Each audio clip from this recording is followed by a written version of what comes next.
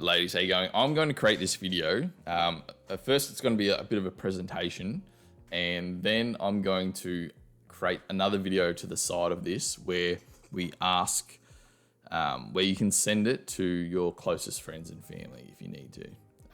Awesome. This video is about your social circle, potentially your partners, your closest family, your closest friends, and maybe your closest work colleagues.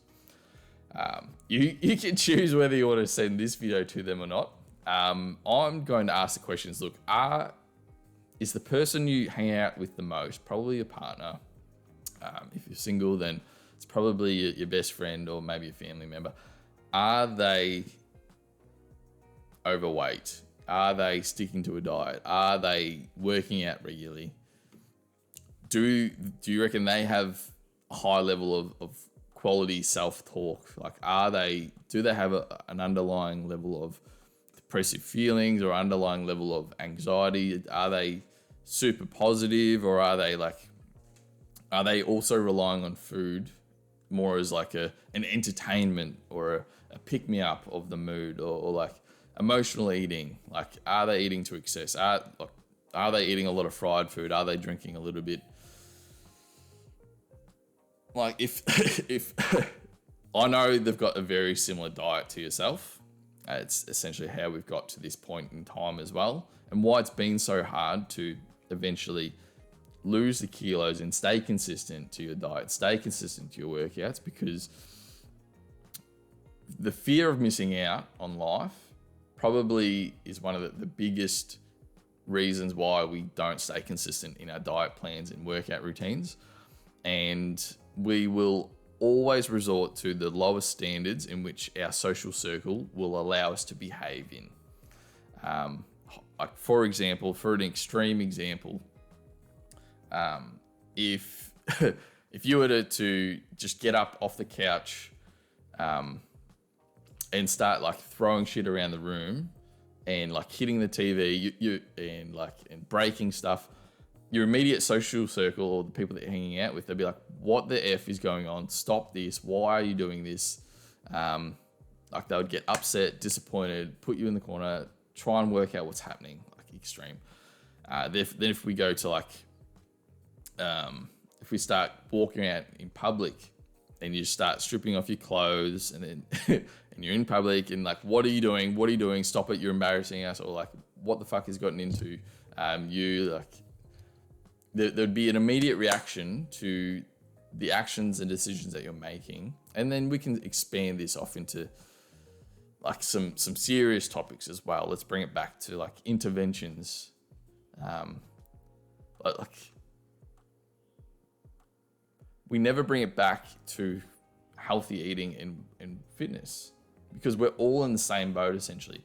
Your social circle is not disappointed in the fact that you're not sticking to your calories. They're not disappointed that you're not being consistent in calorie tracking. Your social circle is not disappointed that you're not working out and looking after your health. You're not getting a couple of thousand steps in a day. Like, they're not disappointed because they're also in the same boat. And like, I know this is far reaching and not many of us actually can relate to this, because we assume it's something deep down in the future when we're in our 60s, 70s, 80s, 90s or whatnot. But cardiovascular disease is the number one killer in the world, above cancer. And we all know people who've died from cancer. Like, it's above any virus that's ever that we all come across.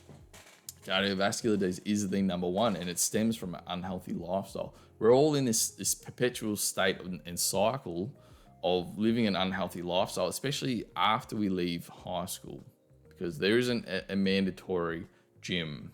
Like, there isn't like mandatory like set times to be eating throughout the day. Maybe work is somewhat like that, but work is making you live a sedentary lifestyle. Everyone's in this same boat of eating our feelings and emotions, and it's making it hard for you to stick to your diet. It's making it hard to stick to your calories. It's making it hard to stick to your workout routines.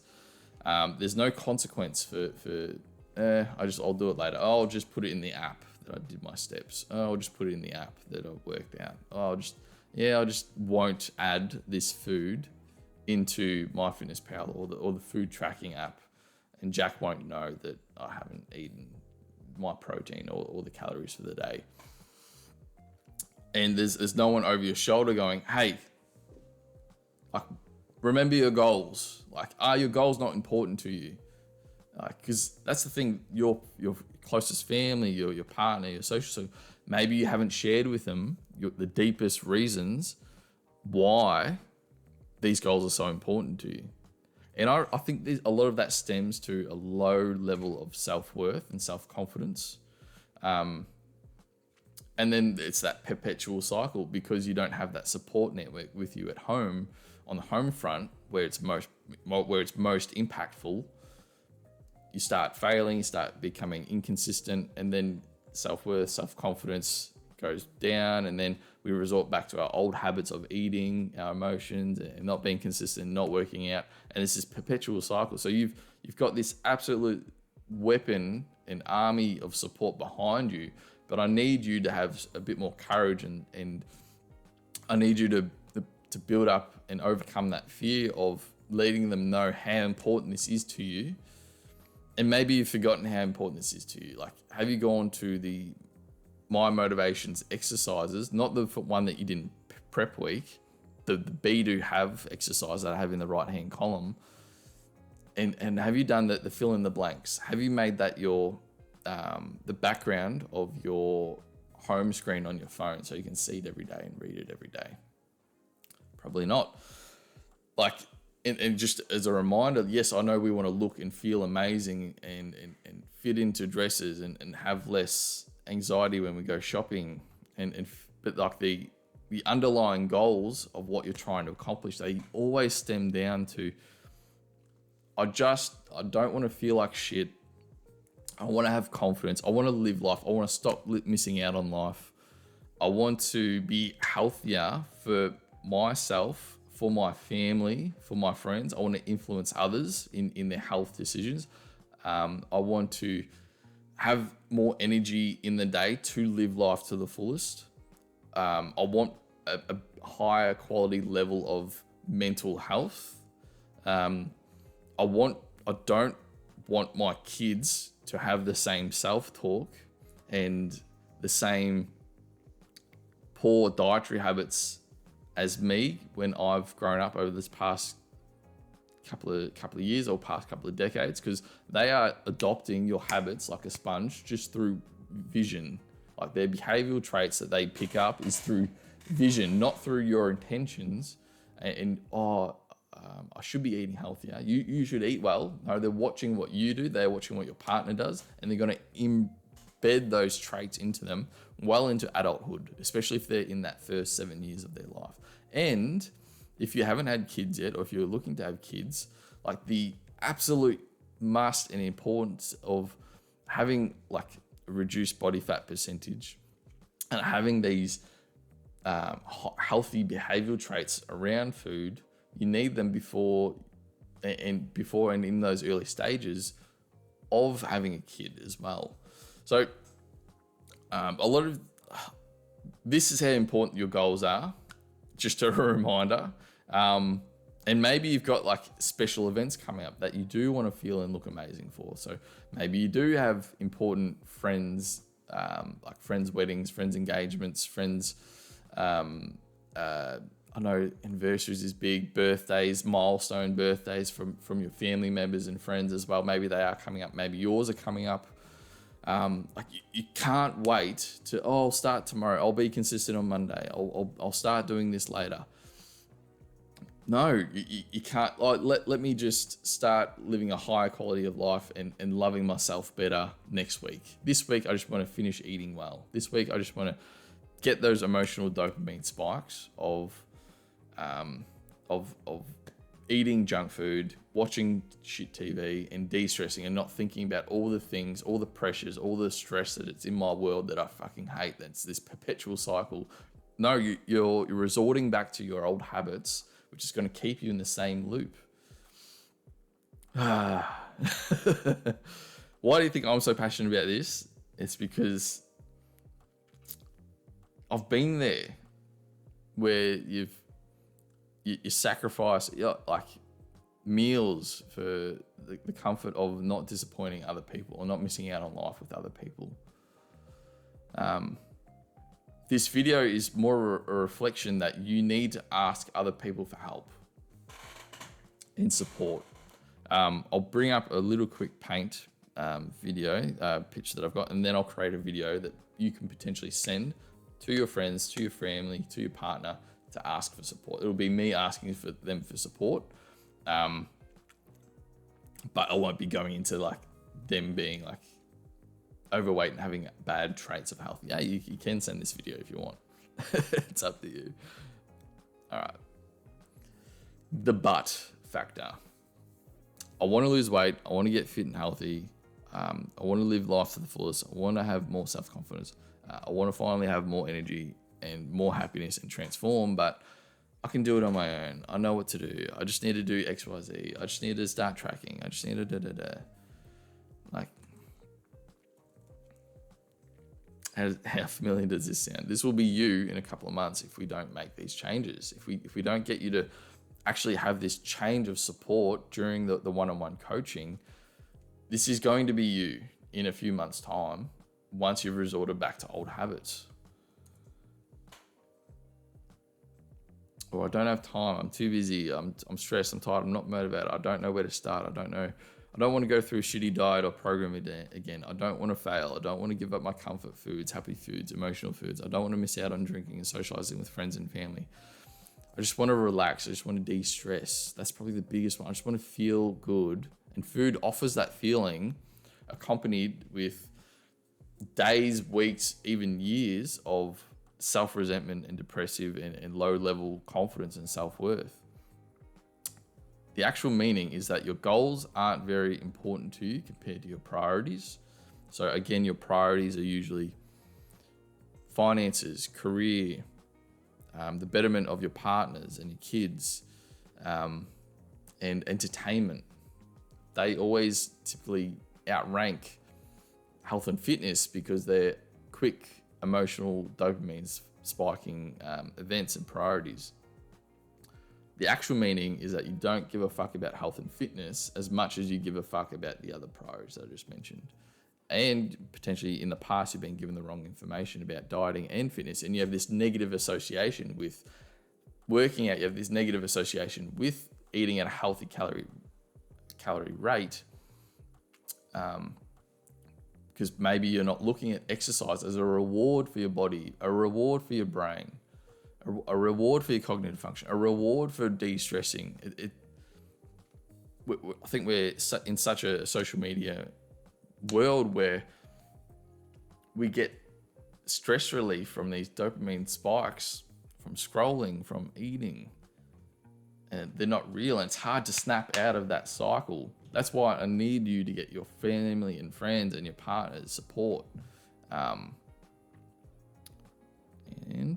the actual meaning is that you have low self-worth and or your social circle that doesn't help you accomplish your goals.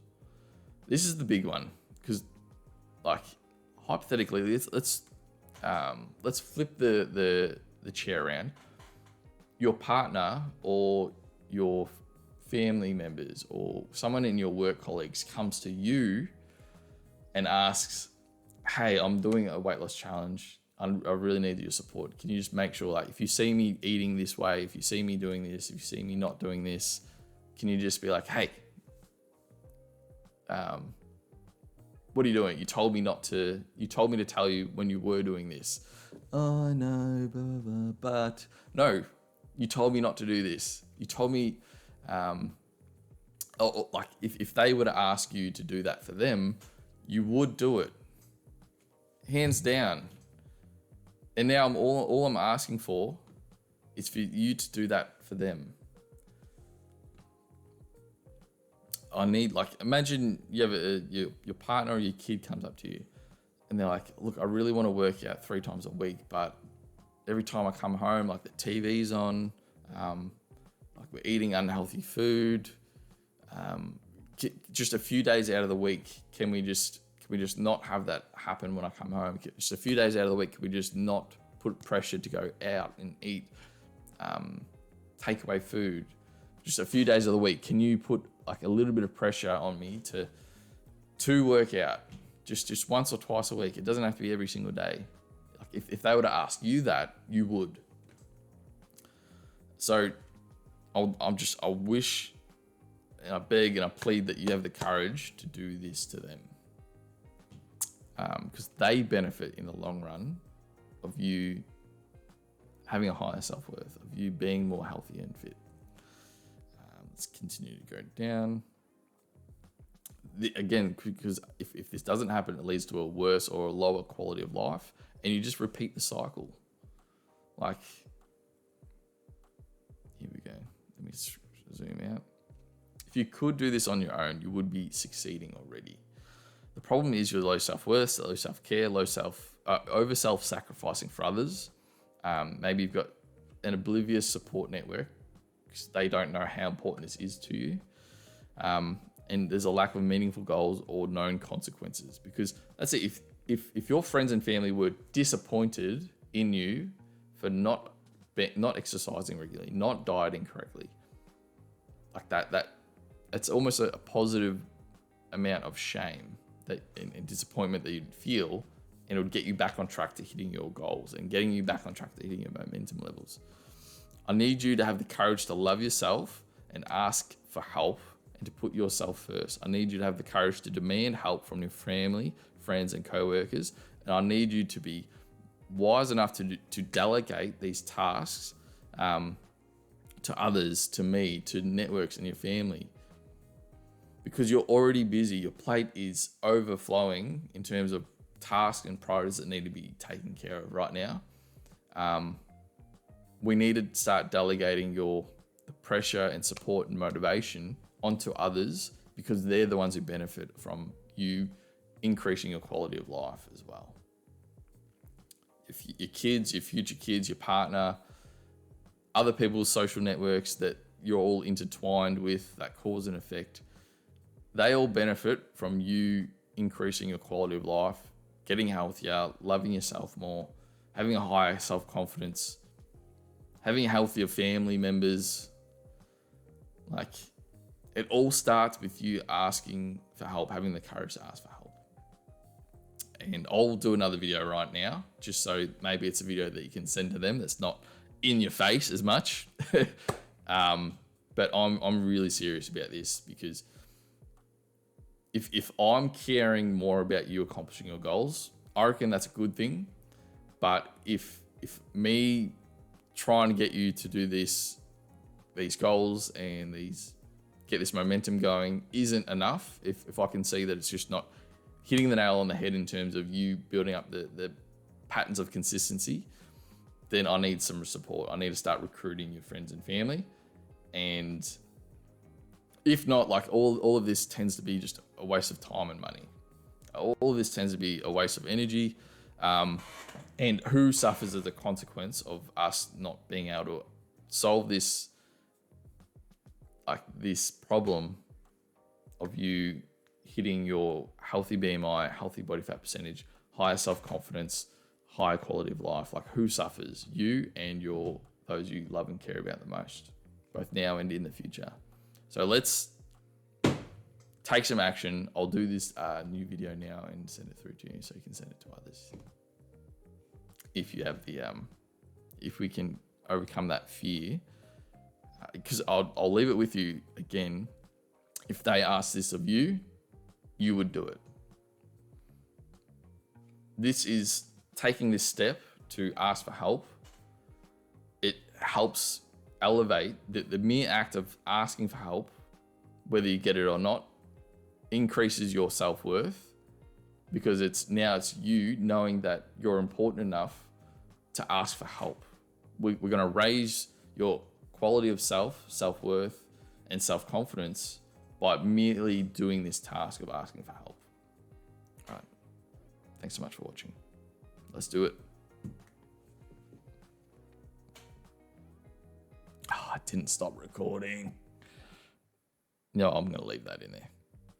Do it. Fucking do this.